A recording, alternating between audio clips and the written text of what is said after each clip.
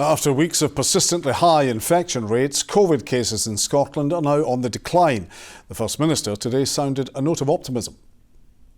As we move for the first time into a winter with COVID circulating, but without any significant restrictions in place, we are, I am pleased to say, in a much better position than we might have hoped for just a few weeks ago.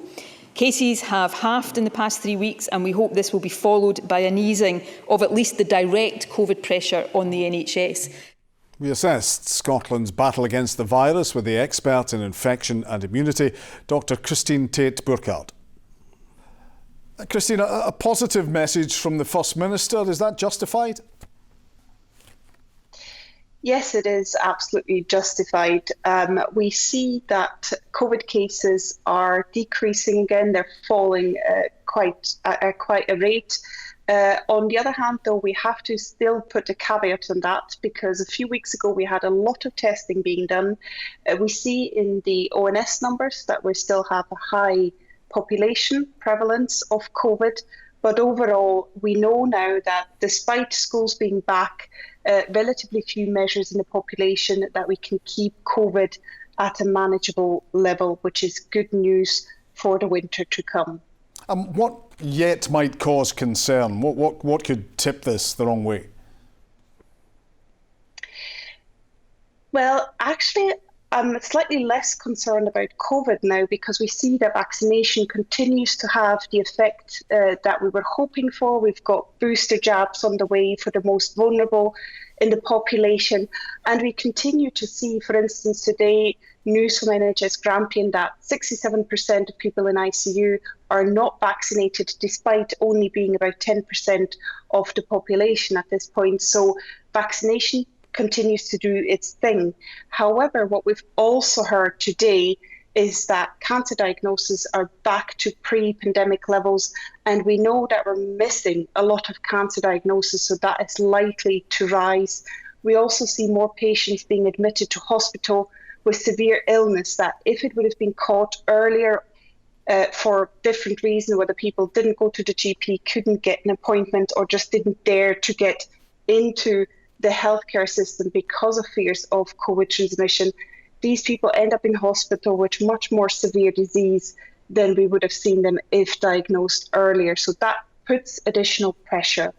We also see in Scotland that the distancing rules in hospitals have not eased yet, which is something we've recently heard announced in England. So the bed capacity in hospitals is still very low. Staff are overworked, and we cannot just get staff at an instance. We have seen over the course of this pandemic peaks and troughs, and we're essentially in a third wave at the moment. When would you think that we might expect to see it essentially flatline and there'll be no more peaks, it'll just be there? It is very likely that COVID will be like very many other common cold viruses or the flu, in that it will continue to have these peaks and troughs as it is settling into our community. Several things are influencing that. One of them obviously being the cooler weather, people being more indoors, and transmission of such viruses being much easier. So we're likely to continue seeing that. The important thing is that the consequences of this are now much more mitigated than they were even just a few months ago. We have seen people, when people are infected with coronavirus, they have to isolate, self-isolate. People with flu don't have to do that. Can you see a time in the not too distant future, perhaps this time next year, when coronavirus will be treated almost in the same way? You don't have to self-isolate or whatever. That is very likely to happen.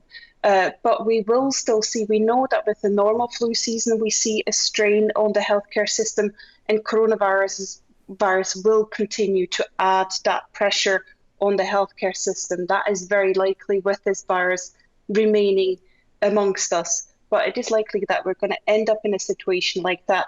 What is more likely to happen, hopefully, is that people indeed, when they have either the flu or coronavirus, will stay at home, not go to work, and be much more aware of transmitting a disease to their colleagues or to other people around them. Very, very briefly, if you will, Christine, what's the likelihood of another variant that could cause chaos?